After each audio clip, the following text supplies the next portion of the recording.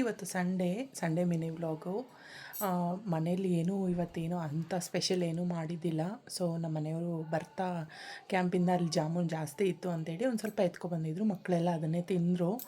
ಮತ್ತು ಈವ್ನಿಂಗ್ ಇವತ್ತು ಚಂದ್ರಗ್ರಹಣ ಬೇರೆ ಇದೆಯಲ್ವ, ಸೊ ಏನು ಮಾಡಬಾರ್ದು ಅಂತ ಹೇಳಿ ನಾನು ತುಂಬ ಅಡುಗೆ ಎಲ್ಲ ಏನೂ ಮಾಡೋಕ್ಕೋಗಿಲ್ಲ.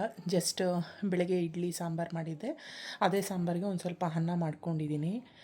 ಕೆಲಸ ಎಲ್ಲ ಆಯಿತು, ಈವ್ನಿಂಗ್ ಆಗ್ತಾಯಿದೆ. ಸೊ ಏನು ಮಾಡೋದು ಅಂತ ಗೊತ್ತಾಗ್ತಾ ಇದ್ದಿಲ್ಲ. ಸೊ ಅದಕ್ಕೆ ಸರಿ ನಿಮ್ಮ ಜೊತೆ ಮಾತಾಡೋಣ ಅಂತ ವ್ಲಾಗ್ ಮಾಡ್ತಾಯಿದ್ದೀನಿ.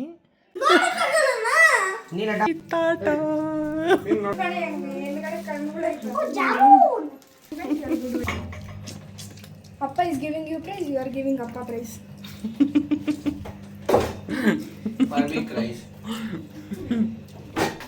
ನಾನಿಲ್ಲಿ ಡಯಟ್ ಮಾಡೋದಕ್ಕೆ ಕಷ್ಟಪಡ್ತೀನಿ, ಬಟ್ ನಮ್ಮ ಮನೇಲಿ ಸ್ವೀಟ್ ತಂದು ಹಿಂಗೆ. ಇದು ಯಾಕೋ ತುಳಸಿ ಗಿಡ ಒಣಗೆ ಹೋಯ್ತು, ಗೊತ್ತಿಲ್ಲ ಏನಕ್ಕೆ ಅಂತ. ಮತ್ತು ಚಿಗುರು ಬರ್ತಾ ಇದೆ, ಹೂಪ್ಸು ತ್ಯಾವ ಇದೆ, ನೀರು ಹಾಕ್ತಾಯಿದ್ದೀನಿ. ಮತ್ತು ಮಳೆನೂ ಬರುತ್ತಲ್ವ, ತುಂಬ ಇದಿಲ್ಲ. ಇವತ್ತೊಂದು ಸ್ವಲ್ಪ ಬಿಸಿಲಿದೆ ಅಂತಲೇ ಅನ್ಬೋದು.